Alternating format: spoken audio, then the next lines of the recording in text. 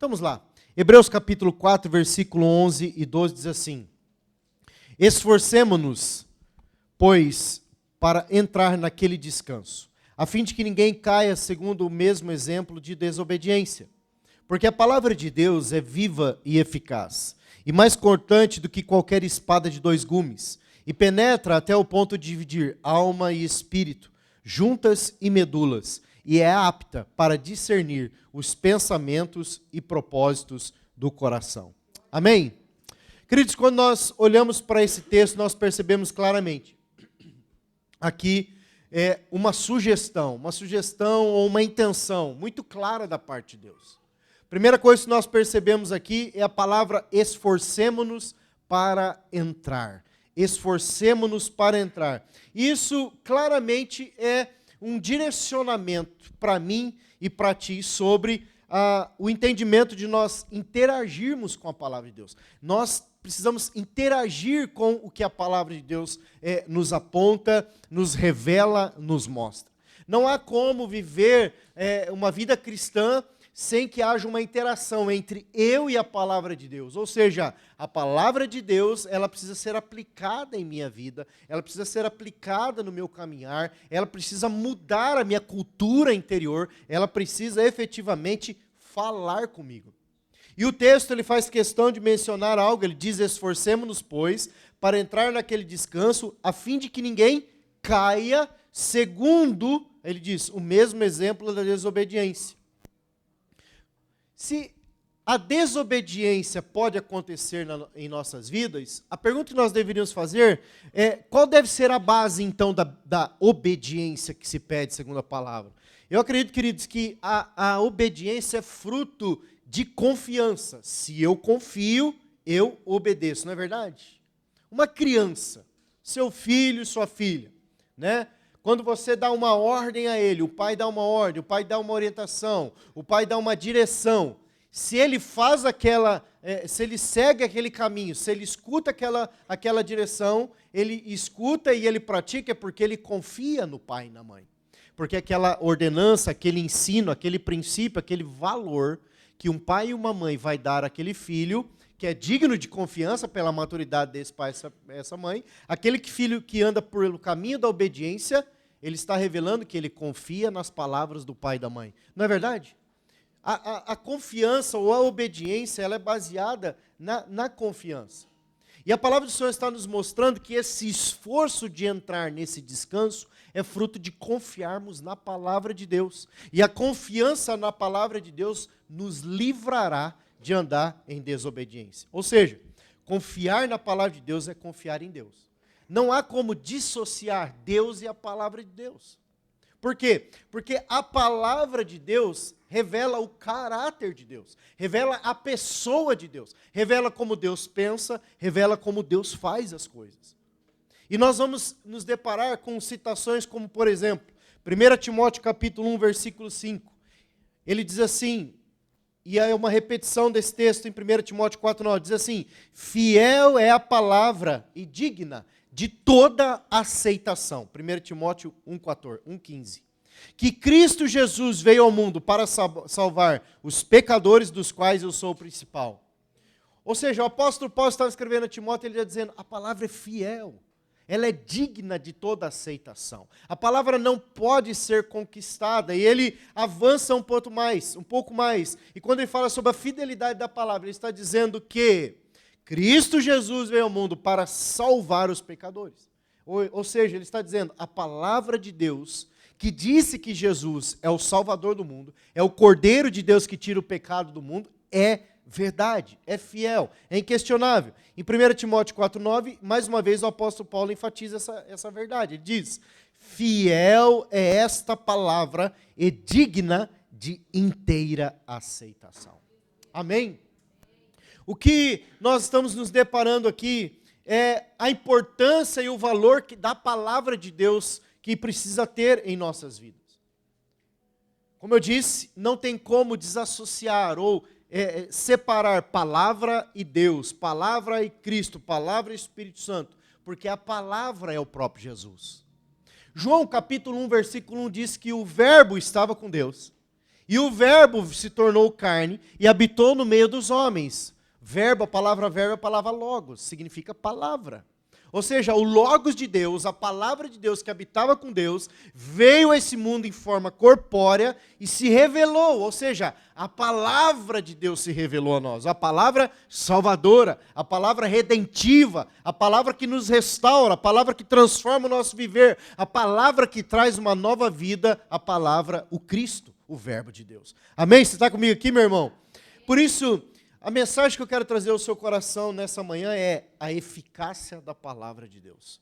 Então vamos correr os nossos olhos mais uma vez às Escrituras. Hebreus capítulo 4, então, versículo 12 agora, e diz assim: porque a palavra de Deus é viva e eficaz.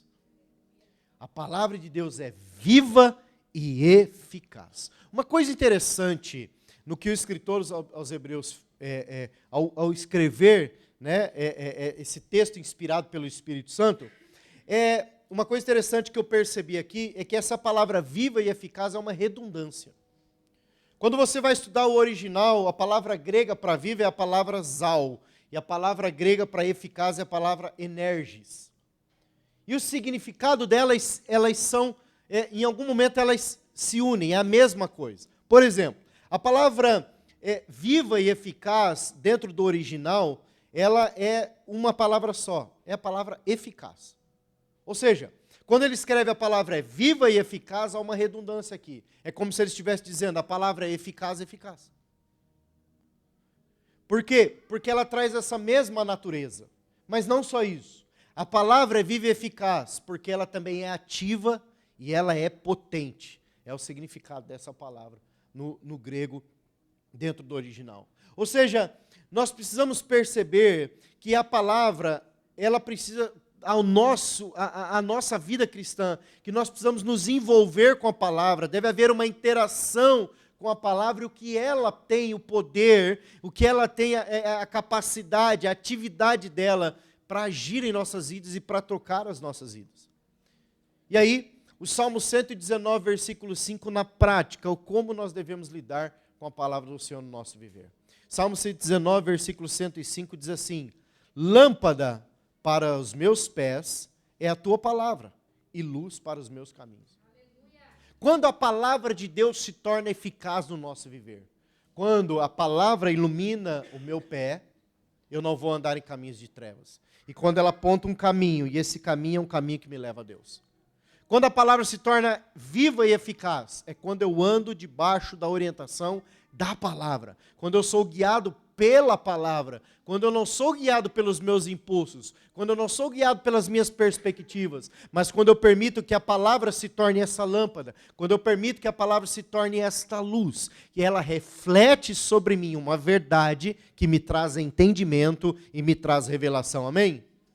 2 Timóteo, capítulo 3, versículo 16, ainda falando sobre essa capacidade da palavra refletir sobre nós um entendimento, uma clareza, uma luz. A palavra diz assim, o apóstolo Paulo escrevendo também a Timóteo, ele fala assim: toda a escritura é inspirada por Deus e útil para o ensino, para a repreensão, para a correção, para a educação na justiça. Ele está dizendo toda a palavra de Deus. Não é apenas uma parte da palavra de Deus. Não é um pedaço da palavra de Deus. Mas toda ela tem esse propósito, tem esse objetivo. Por isso, a palavra de Deus é viva e eficaz. Ou seja, a vivacidade da palavra de Deus tem a capacidade não só de agir em nós, mas também nos dá uma consciência de prestação de contas. Voltando para o texto de 2 Timóteo 3,16, ele diz assim: à medida que ela vai nos educando, nos ensinando, nos capacitando na justiça, no verso 17 ele fala assim: a fim de que o homem de Deus seja perfeito e perfeitamente habilitado para toda boa obra. Amados, quando nós permitimos que a palavra de Deus fale, quando nós permitimos que a palavra de Deus nos ministre, quando nós permitimos que a palavra de Deus nos transforme, quando nós permitimos que a palavra de Deus nos toque, ela vai não só produzindo a educação na justiça, ela não só vai nos corrigindo, ela não só vai nos ensinando, ela não só vai nos repreendendo quando necessário for, mas ela vai, à medida que essas coisas acontecem, essa palavra vai nos habilitando, nos preparando, nos capacitando para a obra que o Senhor nos tem chamado. Deixa eu dizer uma coisa para o seu coração. Todos nós somos chamados para realizar a obra de Deus. Todos nós, irmão. Todos nós. A obra de Deus não está restrita única e exclusivamente a quem prega, a quem evangeliza, a quem profetiza, a quem canta, a quem ensina as crianças aqui ao domingo. A obra de Deus não está restrita ao domingo no culto dominical. Pelo contrário. A obra de Deus, efetivamente, ela acontece mais quando você está no trânsito, quando você está atendendo um cliente, quando você está na universidade, na faculdade, quando você está no seu trabalho, dando testemunho de fidelidade, quando você está fazendo um negócio com honestidade, ali a palavra de Deus se revela, ali uma obra é revelada para quem está tendo um relacionamento com você nessas diversas esferas. Quando você presta um serviço e o seu trabalho é bem feito, quando você presta um serviço, você não explora, quando você faz alguma coisa para alguém, você faz como para o Senhor e não como para homens. Ali a obra de Deus é manifestada através da minha e da sua vida, e isso vai nos dar uma consciência de prestação de contas. Por quê? Porque enquanto cristão, eu não posso andar segundo o curso desse mundo, Romanos 12, versículo 2.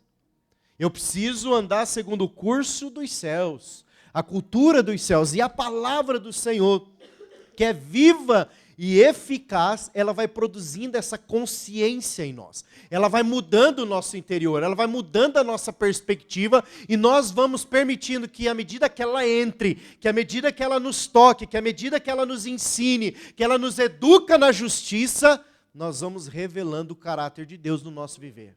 Amém? Você está comigo aqui? Glória a Deus. Segunda coisa que nós entendemos sobre a eficácia da palavra de Deus: a palavra é mais cortante que a espada. Vamos lá para o texto, ele diz assim: é mais cortante do que qualquer espada de 2 gumes. É mais cortante. Quando eu olho para essa citação, que a palavra é mais cortante, isso me faz entender que ela tem a capacidade de produzir marcas profundas em nós. E marcas profundas que vai trazer vida de dentro para fora. De dentro para fora. Sabe, essa foi uma das coisas que Jesus mais combateu quando ele encontrava os fariseus, quando ele encontrava os religiosos daquela época. Mateus capítulo 12, versículo 34, num desses embates com os religiosos da época, o apóstolo Paulo, ele conversando com os fariseus, conversando com aqueles que eram entendedores da lei, ele diz assim no verso 34, raça de víboras. Como podeis falar coisas boas sendo maus? Porque a boca fala do que está cheio o coração. O que o Senhor estava confrontando? O que há de fato no seu coração? O que de fato há dentro do seu coração? E vamos comigo para Mateus 15 agora, 18 e 19, ainda trabalhando essa temática. A boca fala do que está cheio o coração. Verso 18 diz assim, mas o que sai da boca vem do coração. E é isso que contamina o homem. Porque o coração procede maus desígnios, homicídios, adultérios, prostituições, furtos, falsos testemunhos e blasfêmias. São estas coisas que contaminam o homem, mas o comer sem lavar as mãos não o contamina. Ou seja, ele estava tendo uma discussão ali com os religiosos que estavam questionando o fato dos seus discípulos não lavar a mão para comer. Vamos deixar claro que é bom lavar a mão para comer. Ok? Mas a conversa não era necessariamente sobre a higiene. A conversa era sobre um farisaísmo, uma religiosidade, uma roupagem humana e carnal, e Jesus confrontou justamente isso. A conversa era sobre qual era a intenção do lavar as mãos, Qual era o propósito dos lavar as mãos? Porque o lavar as mãos não era tão importante, a limpeza exterior não é tão importante quanto a limpeza interior. E amados, e como nós precisamos estar atentos a essas verdades? A limpeza interior é muito mais importante que uma mão lavada, diga-se de passagem. Por quê? Porque Jesus está dizendo que é do interior do homem que saem as coisas maus. A boca fala do que está cheio o coração. Sabe, então a eficácia da palavra de Deus no que diz respeito ao corte que ela opera em nós, é quando ela entra para dentro dos nossos corações e vai ali cortando e removendo aquilo que é excesso, que não serve, que não nos transforma, que não nos muda, pelo contrário, nos mantém cativos, oprimidos, amarrados, detidos a viver uma nova vida que em Cristo Jesus nos foi oferecida. A palavra do Senhor precisa de maneira eficaz, poderosa, romper com algumas coisas do nosso interior, ou remover algumas coisas dos nossos corações. Amém? Você está entendendo? Glória a Deus. 2 Timóteo 3, 14 e 15, o apóstolo Paulo falando a respeito de Timóteo, ele diz assim: tu, porém, permanece naquilo que aprendeste e de que foste inteirado, sabendo de quem o aprendeste, e que desde a infância sabes as sagradas letras que podem tornar-te sábio para a salvação pela fé em Cristo Jesus. O que o apóstolo Paulo está dizendo a Timóteo? Timóteo, permanece firme, permanece naquilo que aprendeu e foste inteirado. Meu irmão, a palavra do Senhor está nos dizendo nessa manhã que nós precisamos permanecer naquilo que nós sabemos. Nós precisamos caminhar de acordo com aquilo que nós já recebemos. Nós precisamos avançar de acordo com daquilo que a palavra já apontou. Isso nós precisamos abraçar. Por quê? Porque a palavra do Senhor, ela tem a capacidade, como nós lemos no versículo 15, ele diz assim: sabe as sagradas letras que podem tornar-te sábio para a salvação pela fé. A palavra de Deus faz-nos ser sábios para a salvação pela fé. O que nós mais precisamos nesses dias, amados, é de sabedoria para viver nesse tempo. São tempos difíceis. Nós precisamos da sabedoria que somente a palavra de Deus vai nos dar. E ela tem esse poder de entrar profundo no nosso coração. Ela tem esse poder de entrar para dentro das nossas vidas. Ela tem esse poder de desconfigurar, talvez, a configuração que o mundo lançou sobre nós, ou talvez tenta lançar sobre nós. É romper com aquilo que é estrutural, mundano, maligno e que faz parte da mentalidade desse século. É romper com essa estrutura e permitir que haja uma separação literal por meio da palavra de Deus entre o que é mundano e entre o que é céus, entre o que é o reino de Deus. Amém? Sabe, e continuando, a eficácia da palavra de Deus é tão poderosa que ela divide, separa alma e espírito. E nós precisamos perceber do que se trata. Há uma separação que a palavra produz em nosso interior, ou seja, a palavra tem a capacidade de ajustar nosso julgamento emocional do espiritual na condução das nossas vidas.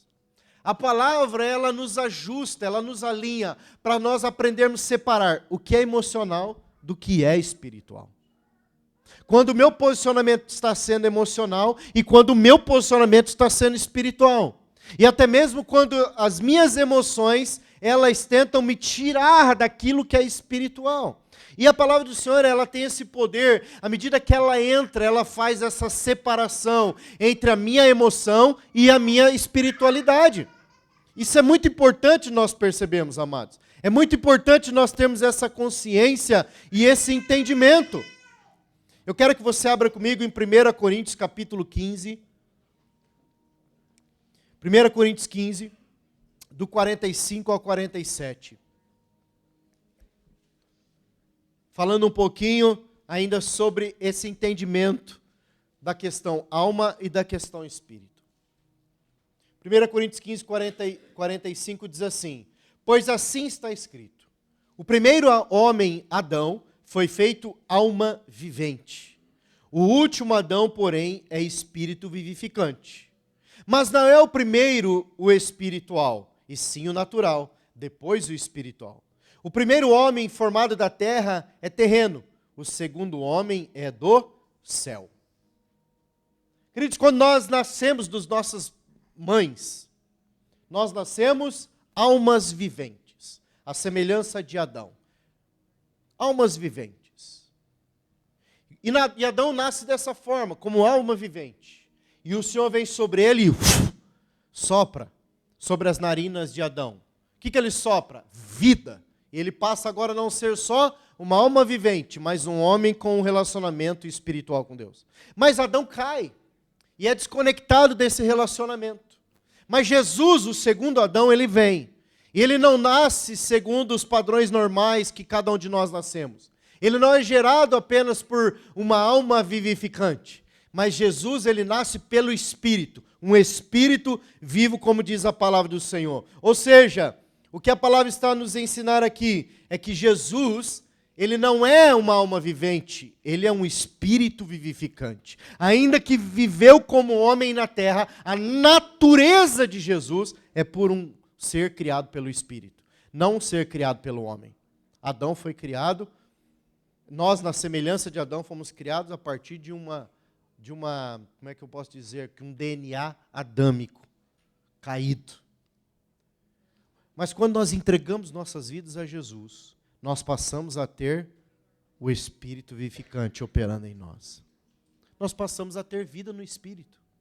E quando a palavra do Senhor nos fala sobre dividir a alma e o Espírito, a palavra do Senhor ela tem a capacidade de nos apontar, isso é sua alma vivente. Isso não é vida espiritual. E ela tem a capacidade de nos falar, isso é Espírito vivificante. Isso é vida espiritual. A palavra do Senhor, quando ela entra profunda e separa a alma de espírito, juntas e medulas, ela quer intencionalmente nos levar a ter uma consciência espiritual da consciência emocional. Sabe, o Senhor Jesus, ele não negou que no mundo nós teríamos aflições. Aflições, elas operam nas nossas almas. É quando entristecemos, é quando frustramos, é quando estamos desanimados, é quando não estamos incrédulos, é quando não estamos com esperança. Isso são coisas relativas à nossa estrutura, homem, alma. Mas o Espírito vivificante, ainda que o Senhor Jesus tenha reconhecido que no mundo tereis aflições, ele diz no mesmo texto, mas tem de bom ânimo, porque eu venci. Eu venci. O que Jesus está falando? Haverão situações nas suas vidas que só podem ser vencidas através do meu nome. E a palavra de Deus nos dá capacidade para discernir o domínio da alma sobre as nossas vidas, o domínio de Cristo sobre as nossas vidas. O domínio da alma nos afasta de Cristo. Por quê? Porque a alma é onde resiste às lutas, às guerras, às batalhas, o medo, a incerteza, a desobediência, a insegurança, mas é no Espírito vivificante, na nova vida em Cristo Jesus, que a palavra do Senhor nos aponta que nós temos vitória nele em todas as coisas. Nós somos mais que vencedores, nós somos filhos de Deus, nós somos herdeiros e cordeiros com Cristo, nós temos uma herança celestial, nós temos acesso ao reino dos céus e tudo aquilo que em Cristo Jesus foi conquistado para nós. Amém? Sabe, irmãos, nós precisamos cada vez mais dar tchau para o estilo adâmico de ser. Nós precisamos cada vez mais dizer adeus para esse DNA adâmico nas nossas vidas, que nos empurra para baixo, enquanto o DNA de Cristo nos leva para cima.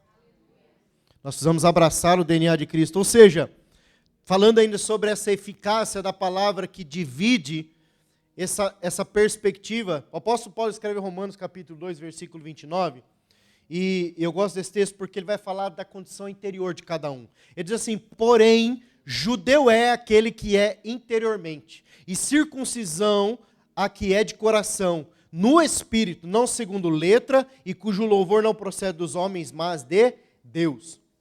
Essa palavra que separa juntas e medulas, né, que separa a alma do espírito, o que o apóstolo Paulo está nos ensinando nas Escrituras é assim, quem nasce judeu sabe que é judeu. Porque no interior é. Ele não tem como se fazer, porque ele nasceu naquela condição. Então ele é. E o que ele quer nos mostrar também, que um homem interior à medida que a palavra vai entrando e vai dividindo, vai cortando, vai produzindo marca em nós, ela vai operando uma circuncisão que se dá no coração. E essa circuncisão que se dá no coração é justamente que vai fazer com que a vida de dentro para fora aconteça. É justamente que vai fazer com que esse fluir de vida de dentro para fora se revele. Então a nossa mudança interior, a nossa condição interior, a perspectiva que nós temos de nós mesmos vai alterando e vai mudando. Sabe por quê, irmãos? Porque em 1 Coríntios capítulo 13, 11, nós precisamos entender algo. E olha comigo, vai para a palavra comigo, diz assim: quando eu era menino, falava como menino, sentia como menino, pensava como menino. Quando cheguei a ser homem, desisti das coisas próprias de menino. O que a palavra está a nos ensinar aqui? Quando eu era menino, a palavra menino aqui é a palavra imaturo. Imaturo. Vamos pegar um pouquinho aqui, vamos mergulhar um pouquinho no texto. A palavra népios, que é a palavra grega para menino, é, metaforicamente falando, né, infantil, imaturo, inexperiente. Quando nós éramos meninos, nós falávamos como meninos, sentíamos como menino, pensávamos como menino, porque nós éramos imaturos no modo como lidávamos com a vida, com situações. Você percebe claramente isso numa criança de 2, 3, 5, 6, 7 anos, a imaturidade operando ali. Ela está quase colocando o dedo na tomada e vai tomar um choque, porque ela é imatura, ela não sabe que é perigoso ali. Então o pai e a mãe chegam com a instrução e dizem: não põe o dedo aí, porque isso vai machucar você. Ela não tem maturidade para discernir. O que a palavra de Deus está nos ensinando é que à medida que ela divide essa consciência do que é maturidade, do que é imaturidade, nós vamos parar de agir como meninos espiritualmente. Nós vamos parar de ter comportamentos infantis. Nós vamos parar de ter comportamentos imaturos. E nós vamos permitir que a palavra do Senhor nos leve a esse lugar de maturidade. Maturidade. E nós precisamos, amados, permitir que a palavra do Senhor vá entrando em nossos corações. Amém? O texto diz assim: quando cheguei a ser homem, a palavra grega aner, e ele fala sobre justamente alguém maduro, alguém que cresceu, alguém que desenvolveu maturidade. Ele fala assim, com referência à idade, para distinguir um homem de um garoto. Então a diferença de uma coisa e de outra. Nós precisamos permitir que a palavra do Senhor entre cada vez mais profundo no nosso coração, amados. Querido, você não precisa levantar a mão, mas eu vou te fazer uma pergunta. Levanta para você mesmo a mão no seu interior. Quantos adultos, já de idade, cristãos, têm comportamentos imaturos? E nem precisa ser só cristão, facilmente, ou é possível que você conheça pessoas com uma determinada idade, que já deveriam andar num nível de maturidade e diferença, e não andam, porque são imaturos, e se são imaturos, é porque não permitiram que a palavra de Deus entrasse mais fundo. De fato, essa é a única verdade, porque é o que está escrito aqui. A imaturidade é fruto do não conhecimento da verdade, é fruto da não permissão da palavra entrar e remover os excessos. Por exemplo, uma pessoa que anda em amargura, uma pessoa que não perdoa, uma pessoa que se ofende facilmente, é uma pessoa imatura. Por quê? Porque ela não descobriu ainda que perdoar é libertador, que não deixar a amargura entrar no coração é libertador, que não deixar a ofensa controlar a sua vida é libertador.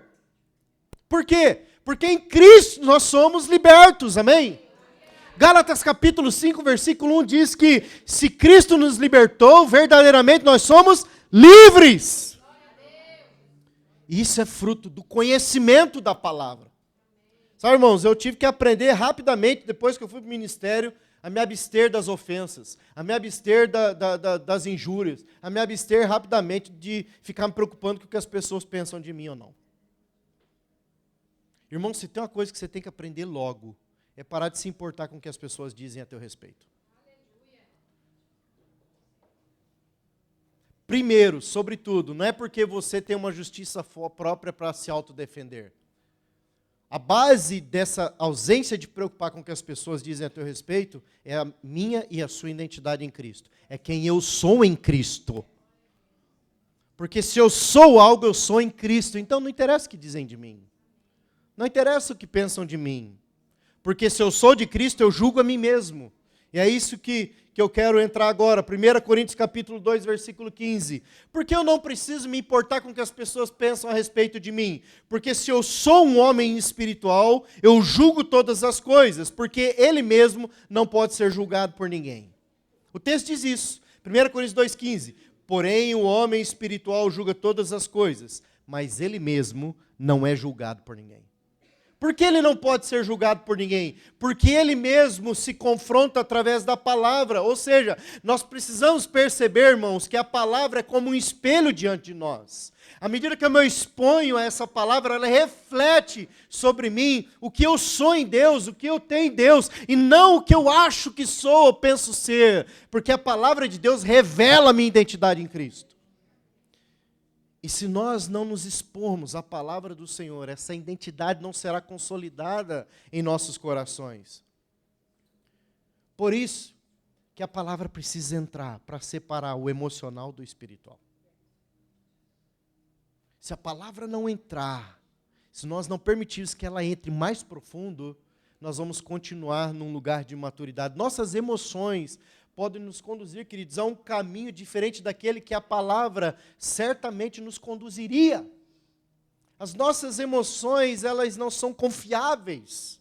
As nossas emoções, elas são muitas vezes de altos e baixos, e quase sempre as nossas emoções são conduzidas pelas circunstâncias.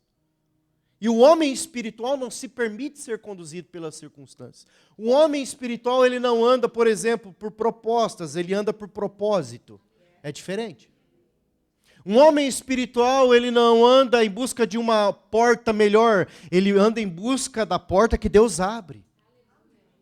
Sabe, a gente precisa entender isso.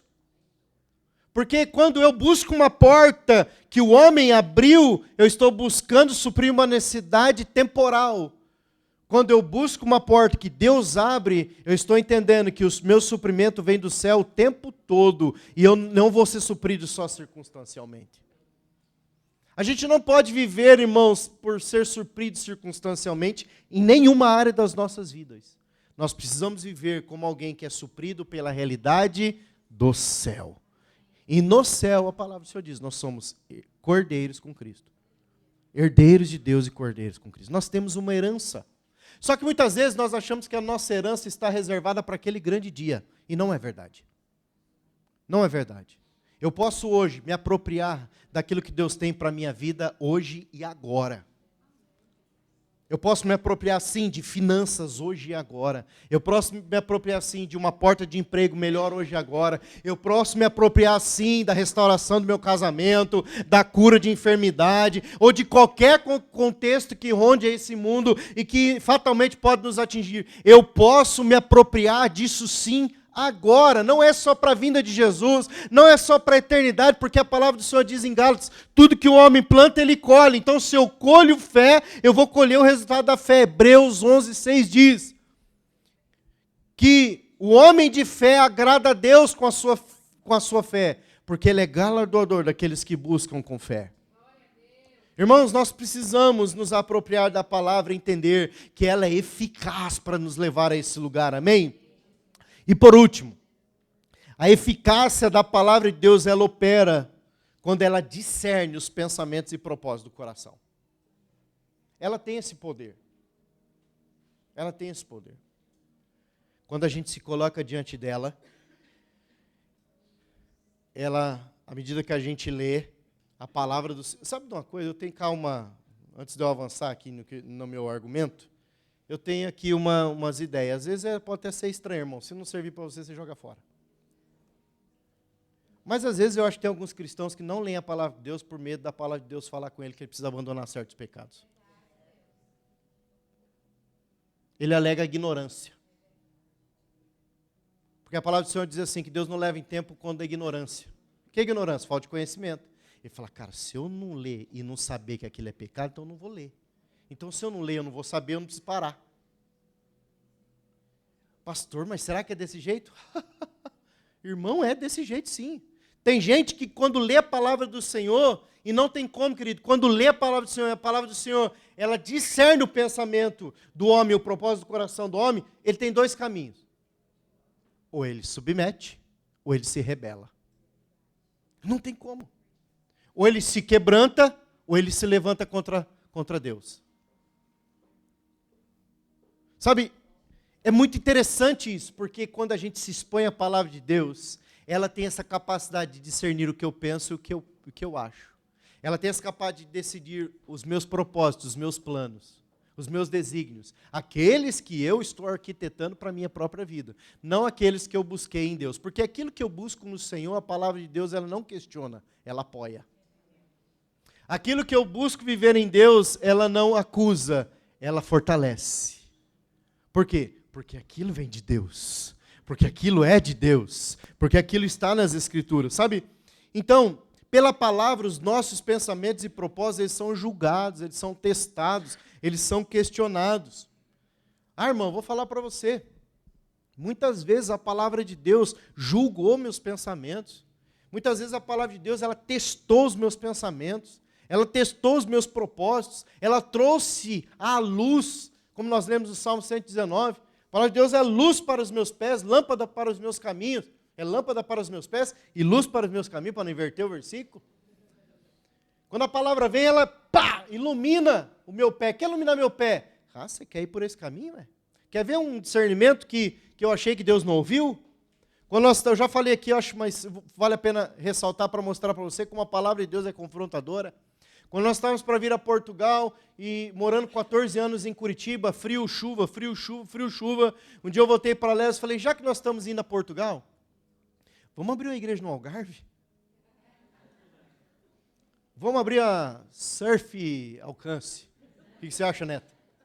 É bom. Alcance Surf. Lá no sol, não aguento mais chuva, frio. E estava eu então orando ao Senhor para discernir aonde nós viríamos. E claramente o Senhor falou comigo. Claramente. Foi uma experiência singular. O Senhor falou assim, você quer férias, meu filho? Essa foi a palavra que veio ao meu espírito de maneira muito clara, numa madrugada de oração. Você quer férias, meu filho? Eu falei, como é que é, Senhor? Você quer férias? Não estou entendendo. Que história é essa do Algarve? E foi assim, eu falei, cara, Deus ouviu. Eu estava falando com a minha esposa, eu nem queria tanto, É o discernir dos pensamentos e propósitos. Quando nós damos vazão a pequenos pensamentos, a pequenos propósitos, que podem nos distanciar da vontade de Deus, a palavra de Deus tem a capacidade de nos trazer de volta para perto dele. Porque ele sabe que as pequenas raposinhas corroem toda a vinha. Sabe, irmãos? Irmão, vou falar uma coisa para você. Eu amo a palavra de Deus. E o desejo do meu coração, querido, é que você ame a palavra de Deus. Não tem ali a palavra de Deus. Você não pega a Bíblia só quando você vem no culto, não, irmão. Pelo amor de Deus. Pega a Bíblia todo dia. Não seja um cristão religioso. Para mim, cristão religioso é aquele que não pega a Bíblia todo dia. Que não permite ser trabalhado. Porque há muitas outras religiões que dizem que para você ser um bom religioso, você tem que ir numa reunião um dia na semana e tá bom. E o resto da semana você passa picando, brigando com o marido, brigando com a esposa, brigando na rua, fazendo tudo que tem que fazer de errado, que a Bíblia diz que não é para fazer. Então a gente precisa deixar que a palavra do Senhor nos conduza. Amém? Você está comigo aqui? Vamos lá, deixa eu fazer uma pergunta aqui. Quantos homens aqui já precisaram alguma vez na vida usar um mapa de papel para ir em algum lugar? Quantos aqui já precisaram usar? Né? Mulheres, irmãs aí talvez precisou usar um mapa de papel. Aí eu preciso ir em tal lugar. Na verdade que quando você pega um mapa de papel, para você ir de um ponto a outro, você tinha que traçar uma rota, e na perspectiva dessa rota sendo traçada, você tentaria fazer a melhor rota pelo papel. Mas a visão é minha e sua a partir daquilo que você tem ali. Então eu acho que você tem uma ideia, uma intenção, uma perspectiva de que talvez aquela rota seja melhor, de que aquele caminho seja melhor. Então você precisa trilhar a sua própria rota. Mas nós estamos no tempo do GPS. Glória a Deus, amém pelo GPS? Ajuda muito, né? Quando você coloca o destino do qual você quer ir, e você coloca lá, iniciar, ele já te dá o ponto de partida, o caminho, e você pode escolher, eu não quero pagar portagem dessa vez para ir para o porto, eu quero ir pela Nacional, e qual é o caminho mais... eu quero economizar portagem, eu quero desviar tal trecho. Os caminhonistas que estão aqui sabem disso, né? Ou se o caminho for bom, ele já deixa salvo já no GPS para poder usar esse mesmo caminho. Inteligência, Ou seja, o GPS de hoje, ele nos guia pelo caminho até o ponto final. A gente não precisa nem se preocupar se aquele caminho que eu estou fazendo é ele mesmo, porque ele já deu a rota, não é verdade? Assim é conosco também a palavra do Senhor. Quando nós decidimos nos guiar pelas nossas próprias perspectivas, é possível que a gente não chegue naquele caminho que a gente achava que ia chegar.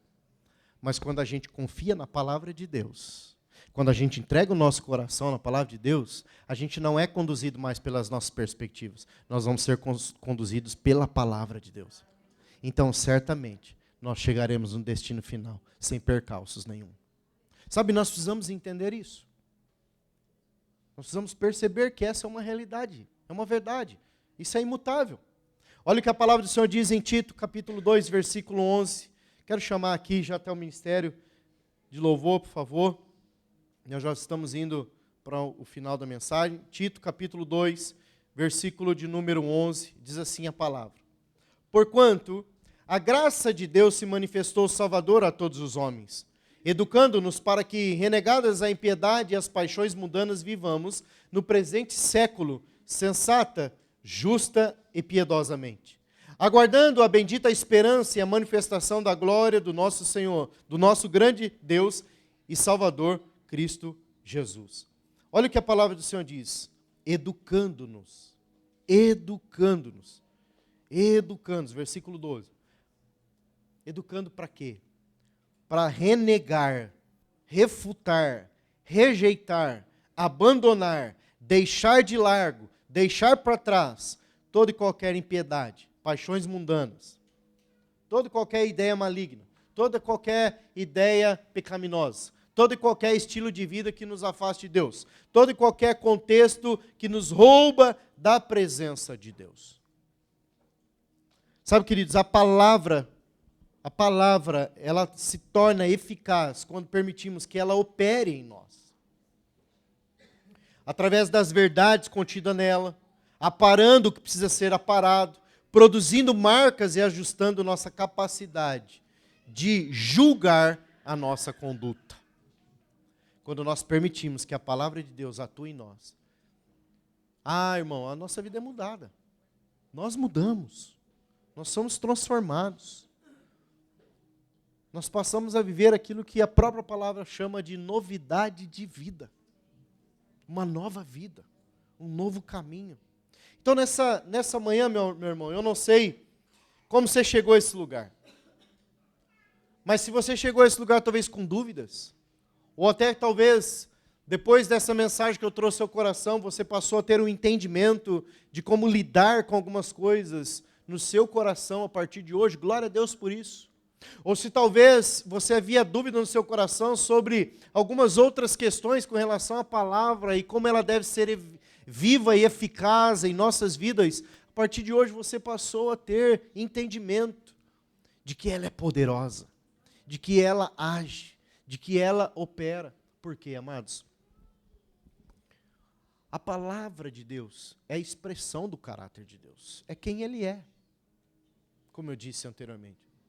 É quem Ele é. É como Deus faz as coisas. É como Deus quer que nos conduzamos. É como Deus quer que andemos. É o que Ele quer revelar para cada um de nós. Produzindo restauração na família, produzindo cura para os nossos corações, trazendo alinhamento de propósito, nos trazendo para dentro da vontade dEle, para o trilho, para aquilo que Ele quer fazer não só em nós, mas fazer também através de nós. Querido, Deus te chamou para que você seja luz nesse mundo, o sal deste mundo. O Senhor Jesus disse, vós sois o sal da terra, a luz do mundo. O que o Senhor está a dizer é que nós temos uma expressão de vida que precisa ser revelada para quem anda nas trevas. Para quem anda com uma vida chata, sem gosto, amargurada. Deixa eu dizer uma coisa para você. Quando nós permitimos que a palavra de Deus nos transforme, as pessoas irão desejar o tempero que nós carregamos. Aqueles que andavam assim com a face, né, toda bravo. Só olhava, nossa, o homem é bravo. O homem está sorrindo. Aquela irmã que andava assim com a feição assim, quero matar esse menino hoje. Falava, não, Deus vai me dar graça, porque se ele me der força eu mato, mas Deus vai dar graça.